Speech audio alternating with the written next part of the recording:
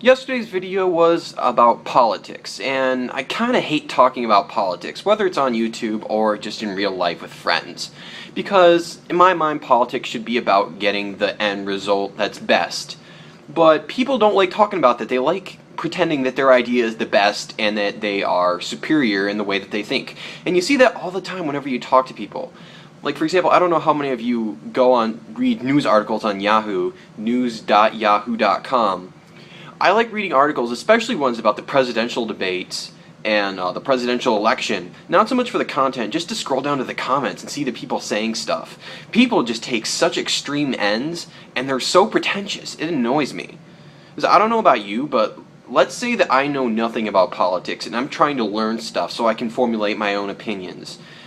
If you talk to me like 99% of people talk about these things, I'm not going to want to listen to you because you sound pretentious and annoying. And that's what I try and do. Whenever I try and talk about a topic, I try and be as objective as I possibly can. And in some cases, I basically assume that my position is wrong. So I'm like, okay, I think that I'm wrong, so try and prove to me that it is.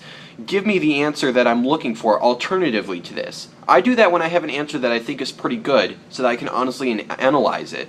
And honestly, doing this, sometimes I've changed my mind. I've changed my mind on a number of things, because people show me something that I didn't consider before.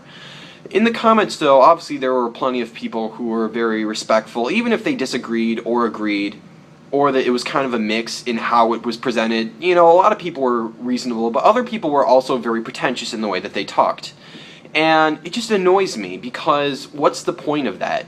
It's like you have people who are on the right and then people who are on the left, and that's just their group and they're going to stick to it no matter what. But that doesn't help convince people's minds. It's like they're on a team instead of fighting for ideas.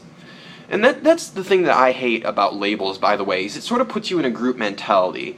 Like, the only label that I really like for myself in my life is pragmatism. I'm a pragmatist. Like, people ask me, what is your position on politics? I'm a pragmatist. I'm not necessarily liberal or conservative, because I don't believe in ideology. I don't think that there's just a specific way for things to work. I believe there are several different things that can work, but what the best answer is depends on the context of the situation. You know, depending on how your economy is structured, what the people are like, what sort of capital or human capital or environmental problems you have, what history your country has, there are several different things you can do. There's no one unique answer to solve everything. So you have to look, see what you have, and find the best answer. Especially considering if the population is very adverse to one idea, you have to take that into account and try and get the best result anyway. I don't believe in one specific idea because I don't feel like just pursuing one thing over another is necessarily going to cause change. We should look for whatever can give us good results in the end.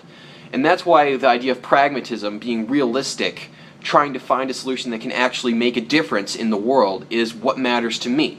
And people talking about politics 99% of the time is not pragmatic. It's idealistic, just circle jerking your ideas and telling people that they're wrong when you're right. And once again, there are people in the comments who were respectful and who I did respond to and had a bit of an intellectual conversation, I feel like. And that happens all the time, but it's not the majority of the time. That's the minority. That's the minority. And just a little hint.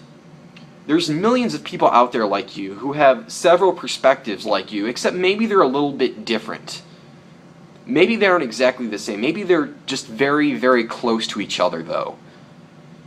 You're assuming, by you being right, you're assuming that all of them are wrong.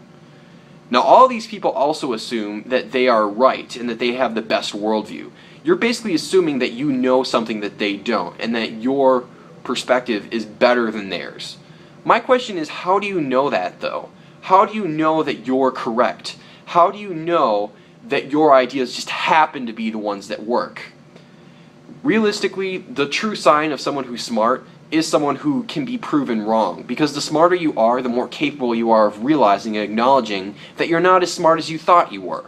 That's the key to growing as an individual. You don't have all the answers. You need to keep growing and learn more. And I'm still learning. I'm only 19. I don't know all the answers. It's gotten really dark in here. But you gotta grow. You have to be able to admit that you can be wrong.